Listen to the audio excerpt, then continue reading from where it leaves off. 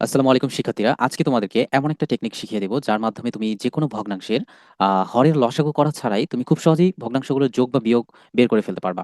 So চলো দেখা যাক কিভাবে করতে হয়। সো এক্ষেত্রে তোমাদেরকে জাস্ট কোনাকুনি বা আড়াআড়ি গুণ করতে হবে। তো আড়াআড়ি গুণ কিভাবে করব? ধরো তুমি হচ্ছে ৫/২ আর ৩/৭ হচ্ছে যোগ করতে চাচ্ছ। এখন তুমি কি করবা? তুমি কোনাকুনি গুণ করবা, আড়াআড়ি গুণ করবা। সো ২ এর সাথে ৩ গুণ করবা। ২ ৩ এ কত হয়? ৬। উপরে ৬ লিখবা। তারপরে ৭ আর ৫ গুণ করবা। ৭ ৫ এ কত? ৭ ৫ এ হচ্ছে ৩৫।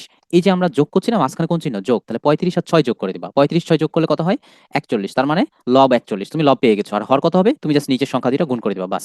৭ দুগুণে কত? ১৪। ঠিক আছে? তার মানে ৫/২ আর ৩/৭ যোগ করলে যোগফল হবে হচ্ছে ৪১/১৪। এবার আসি বিয়োগ করার ক্ষেত্রে। সো বিয়োগ করার ক্ষেত্রে আমরা একই কাজ করব, জাস্ট মাঝখানে বিয়োগ চিহ্ন রাখবো। তাহলে ৭ ৫ এ কত? ৭ আর ৫ গুণ করলে ৭ ৫ এ ৩৫ আর ৩ দুগুণে কত? ৩ দুগুণে ৬। তাহলে ৩৫ থেকে তুমি ৬ বিয়োগ করবা। ৩৫ থেকে ৬ বিয়োগ করলে কত হয়?